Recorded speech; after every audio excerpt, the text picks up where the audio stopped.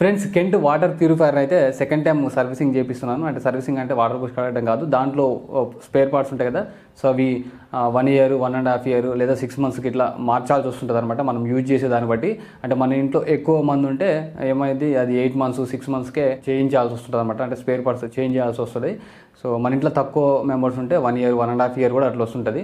So నేను first time అయితే already change చేసిన, స్పేర్ పార్ట్స్ అనేవి చేంజ్ చేసిన, మీకు ఆ వీడియో అయితే పెట్టినా. ఇది సెకండ్ టైం అనమాట. ఇది తీసుకొని దాదాపు ఒక 4 ఇయర్స్ అయితే అవుతుంది. సో సెకండ్ టైంలో ఏమేమి చేంజ్ చేసిన అనేది ఈ వీడియోలో అయితే చూపిస్తా. అలాగే ఈ వాటర్ ప్యూరిఫైయర్ని కొన్న తర్వాత నాకు ఒక చేంజ్ అయితే కనిపించింది. అదేంటంటే ఫస్ట్ టైం పర్చేజ్ చేసినప్పుడు 1 ఇయర్ దాకా నాకు వాటర్ టేస్ట్ అట్లాంటిది ఎట్లాంటి ప్రాబ్లం అనిపించలేదు, పర్లేదు బాగానే ఉన్నాయి. అట్లనే పర్చేజ్ చేసిన తర్వాత 1 ఇయర్ 1.5 ఇయర్కో మళ్ళీ ఫస్ట్ టైం అయితే పిలిపించిన అనమాట. పిలిపిస్తే సో ఏమేమి చేంజ్ చేయాలో అన్ని చేంజ్ చేసారు. ఆ వీడియో కూడా మీకైతే పెట్టినా. సో ఒకసారి అయితే చూడండి, లేకపోతే పైన కార్డ్స్లో ఇస్తాను కంచి అయితే చూడండి. సో దాంట్లో మ్యాక్సిమం అన్ని పార్ట్స్ అయితే చేంజ్ చేసిండు, ఏది మన మోటార్ ఒకటి తప్ప. సో అన్ని పార్ట్స్ చేంజ్ చేసిండు. నాకు వాటర్ టేస్ట్ కూడా నాకైతే అంత అనిపించలేదు. అంటే TDS అనేది హైలో పెట్టిండేమో, అంటే 100 పైన పెట్టిండో ఎంతో తెలియదు, నేను చెక్ చేయలేదు. కానీ సో వాటర్ టేస్ట్ కూడా అంత అయితే అనిపించలేదు. దాదాపు అది ఒక 6 మంత్స్ వరకే, ఆ లైట్ టేస్ట్ కూడా ఆ 6 మంత్స్ వరకే ఉంది. తర్వాత నార్మల్ వాటర్ తాగినట్లే అనిపించింది. నేను అట్లనే 1 ఇయర్ 1.5 ఇయర్ వరకు అయితే యూజ్ చేసిన అనమాట. పర్లేదు ఏం కాదు ఏదో ఒకటి అని అట్లనే యూజ్ చేసిన తర్వాత మోటార్ ఉంటుంది కదా, వాటర్ సంబంధించిన మోటార్, ఆ మోటార్ మీద లోడ్ అనేది పడిందంట. పడడం వల్ల ఇట్లా చుట్టూరు వైట్ కలర్లో ఏదో పేరుకపోయింది. సో ఇక నేను ఎమ్మటే ఇక మళ్ళీ ఎట్లాగో వారంటీ పీరియడ్ 4 ఇయర్స్ వరకు ఉంది కదా, సో ఇంకా కంప్లీట్ కాలేదు కాబట్టి నేను రిక్వెస్ట్ అయితే పెట్టినాను అనమాట. సో పెట్టినాక వాళ్ళు వచ్చారు. సో వాళ్ళు ఏం చెప్పారంటే, ఇట్లా దీని మీద ప్రెజర్ పడడం వల్ల మోటార్ కూడా కెపాసిటీ అనేది తగ్గిందంట. అంటే ఎక్కువ ఫ్లోయింగ్ అనేది తగ్గిందనమాట. సో ఇక దాన్ని అటు ఇటు చెక్ చేసిండు, పర్లేదు అది నడుస్తుంది, ఒక్కసారి యూజ్ చేసుకుంటా అని అయితే చెప్పిన. సో దాని కాస్ట్ అయితే అది పోతే దాదాపు ఒక 3000, అంటే 2500 నుంచి 3000 మధ్యలో అవుతుంది అనమాట. వాళ్ళు రాకముందుకి నేను ఒక ఎస్టిమేషన్ అయితే చెక్ చేసుకున్నా. సో నేను చెక్ చేసుకున్న ప్రకారం దాదాపు 8 నుంచి 9000 అయితే అవుతుంది. సో ఒరిజినల్గా దాని రేట్ చూసుకుంటే 12000 దాకా అవుతుంది. ఈ అమ్మ 9000 ఎవడు పెడతారు నాయన అనుకున్నా. కాకపోతే ఇక మెయిన్ ఏమేమి మార్చాలో అవి మాత్రమే మార్పిద్దామని అయితే, సో నేనైతే వాళ్ళు వచ్చినాక వాళ్ళు ఏం చెప్తారో చూసి అప్పుడు డిసైడ్ అవుదామని అయితే వాళ్ళని అయితే పిలిపించాను అనమాట. వాళ్ళైతే 1 డేనే వచ్చారు అనమాట. కంప్లైంట్ చేసిన ఈరోజు కంప్లైంట్ చేస్తే నెక్స్ట్ డే వాళ్ళైతే వచ్చారు. దాంట్లో ఉండే RO అయితే కంపల్సరీ మార్పించాలి. దాని కాస్ట్ దాదాపు ఒక 3200 వరకు అవుతుంది. అంటే 3000 వరకు కూడా ఉన్నాయి. కాకపోతే ఇది కొంచెం మంచిగా ఉంటుందని అయితే వాళ్ళు ఇట్లా చెప్పారు అనమాట.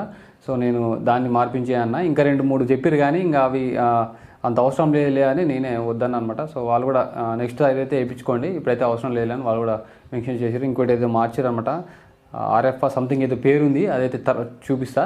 సో ఈ 2 అయితే మార్చారు. ప్లస్ టోటల్గా చూసుకుంటే బిల్ అయితే ఒక 4000 వరకు అయితే వచ్చిందనమాట. అట్లనే వాళ్ళు వేసే పార్ట్స్ ఉంటాయి కదా, సో అవి రేట్ అనేది ఎక్కువ చెప్తారా తక్కువ చెప్తారా అనేది ముందరనే మనం తెలుసుకొని అయితే ఉండాలి. సో మ్యాక్సిమం ఎక్కువ ఏం చెప్పరు, అదే రేట్ అయితే చెప్తారు. సో నేను చాలాసార్లు అయితే చెక్ చేసిన, అది ఎట్లా చెక్ చేసుకోవాలి అనేది కూడా నేను డీటెయిల్గా అయితే చూపిస్తా. అలాగే ఇప్పుడు వీళ్ళు కొన్ని పార్ట్స్ వేస్తుంటారు కదా, సో ఇవి కెంట్కి సంబంధించిన ఒరిజినల్ పార్ట్సా జెన్యున్ పార్ట్సా కాదా అనేది మనం ఎట్లా తెలుసుకోవాలనేది కూడా చాలా సింపుల్ ట్రిక్ అవుతుంది. సో ఎట్లా చెక్ చేసుకోవాలనేది నేనైతే సింపుల్గా చెప్తాను అనమాట. సో నేను ప్రీవియస్గా అంటే ఇప్పుడు సెకండ్ టైం కదా, ఫస్ట్ టైం వాళ్ళు వేసారు కదా, సో అవి ఒకసారి చూపిస్తా.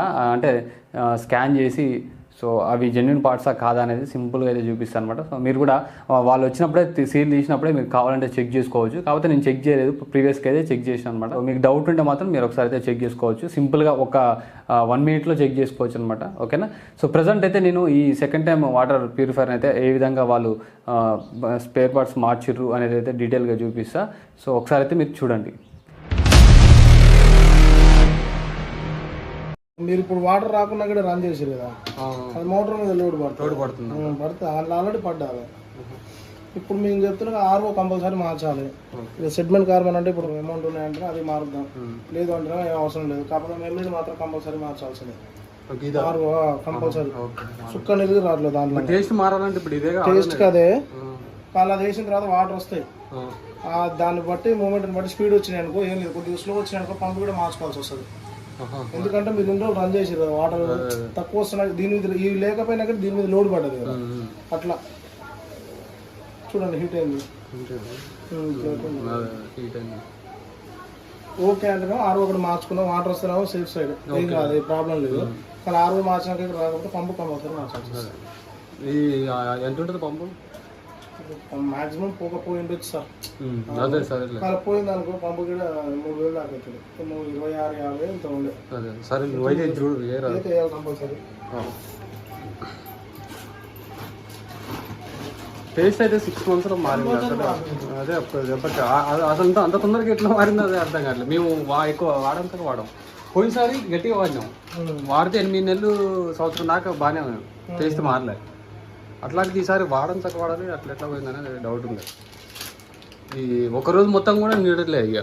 అదే చెప్పే అది పోయిన తర్వాత మళ్ళీ డిశ్చార్జ్ అది ఉంటుంది అవుట్ఫ్లో, అది బాగానే వస్తున్నాయి మళ్ళీ నీళ్ళు, కానీ పడట్లేదు లోపల, టంగ్ టంగ్ అని పడుతుంది, సౌండ్ ఏం పడట్లేదు.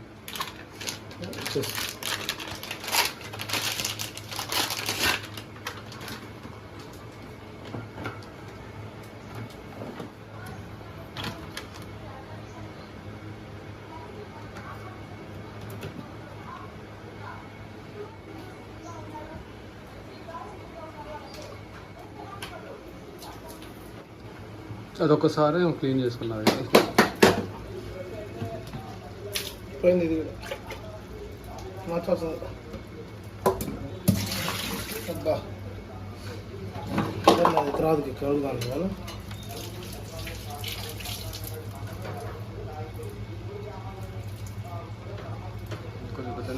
వస్తుంది ఖచ్చితంగా. ఓకే సార్, పర్లేదు వస్తుంది. వాళ్ళు ఇంతకంటే ఎక్కువ వాస్తవానికి ఇంకా ఫ్లో ఎక్కువ వస్తుంది. ఇంతకంటే ఎక్కువ రావాలంటే ఈ పంపు కూడా చేంజ్ చేసుకోవాల్సి వస్తుంది. ఎందుకంటే ఇన్ని రోజులు ఫిల్టర్ల పైన కూడా నడిపారు కదా, మోటార్ మీద లోడ్ పడ్డది. లోడ్ పడితే ఏమైందంటే కొద్దిగా ప్రెషర్ తగ్గిపోయింది. ఇవాళ మనకి ఇంకెక్కువ రావాలనుకుంటే పంపు మార్చుకోవాలి, లేదు అనుకుంటే 6 నెలలు సంవత్సరం నడుస్తుంది.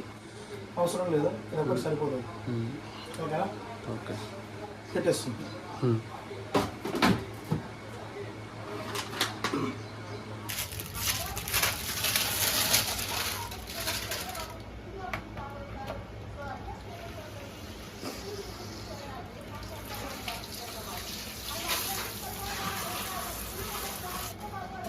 కడిగి పోయినసారి మాట్లాడదు. ఇది మార్చుకోవాలి, అంత డస్ట్ పడితే ఇక్కడ డస్ట్ పడితే ఇబ్బంది కదా.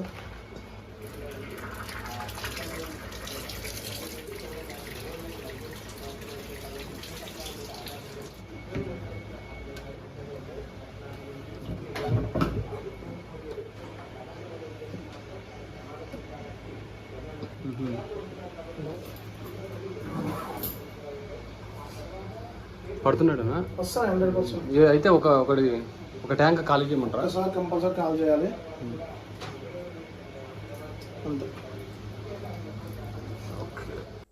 అలాగే కెంట్ జెన్యున్ పార్ట్స్ గురించి ఎట్లా తెలుసుకోవాలంటే, కెంట్ సర్వీస్ యాప్ ఓపెన్ చేసి ఇక్కడ మెనూలోకి వెళ్ళి ఇక్కడ చూడండి స్పేర్ పార్ట్స్ అని ఉన్నది కదా, వాటి ప్రైస్ లిస్ట్ అయితే ఓపెన్ చేసిన. సో చూడండి ఒక్కొక్క ఐటమ్కి ఎంతెంత ప్రైస్ అనేది ఇక్కడ చూపిస్తుంది. సో దీని ప్రకారమే వాళ్ళు కూడా తీసుకుంటారు అనమాట. సో ఈ యాప్ గురించి డీటెయిల్గా ఒక రివ్యూ అయితే చేసిన, సో ఒకసారి వీడియో అయితే చెక్ చేసుకోండి. అలాగే పార్ట్స్ అనేవి జెన్యునా కాదా, వాళ్ళు వేసినాయి అనేది ఎట్లా తెలుసుకోవాలంటే ఇక్కడ చూడండి ఆర్ఓ మార్చిర్రు వాళ్ళు.